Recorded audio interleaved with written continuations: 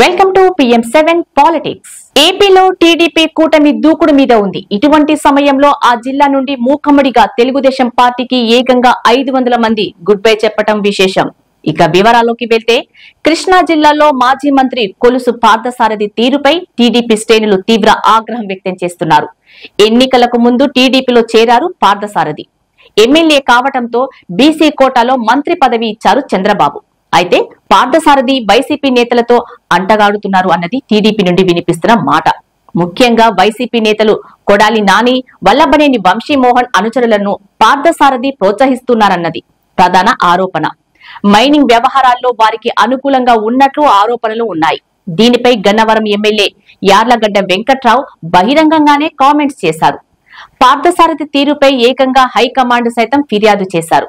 మరోవైపు పార్థసారథి తీరు నచ్చక నూజివీడు నియోజకవర్గంలో తెలుగుదేశం పార్టీ నేతలు పెద్ద ఎత్తున గుడ్ బై చెబుతుండడం ఇప్పుడు ప్రాధాన్యత అంశంగా మారింది. వాస్తవానికి కొలుసు పార్థసారథి పెనుమలూరు నియోజకవర్గానికి ప్రాతినిధ్యం వహించేవారు. 2019 ఎన్నికల్లో వైసీపీ తరపున గెలిచారు.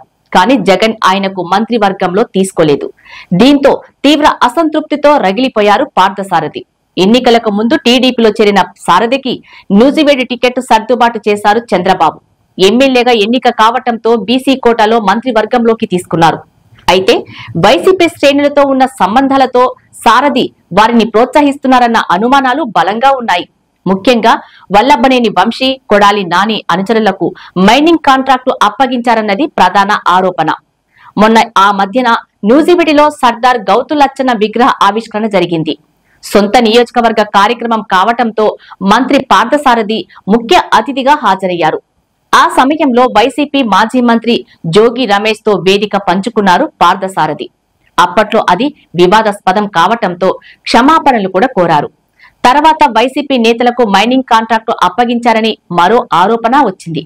అది మరవక ముందే ఇప్పుడు నూజివేడి నియోజకవర్గంలో వైసీపీ నేతలకు అత్యంత ప్రాధాన్యం ఇస్తున్నారని ఆరోపణలు వినిపిస్తున్నాయి. దశాబ్దాలుగా టీడీపీ జెండా మోసిన శ్రేణులను పక్కన పెట్టి కొత్తగా పార్టీలోకి వచ్చిన వారికి పెద్దపీట వేశారన్నది ప్రధాన ఆరోపణ.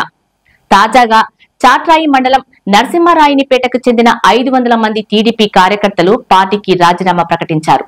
వైసీపీ నుండి చేరిన నేతలకు అత్యంత ప్రాధాన్యం ఇవ్వటాన్ని నిరసిస్తూ ఆ గ్రామంలోని వారంతా రాజీనామా చేసినట్లు ప్రకటించారు.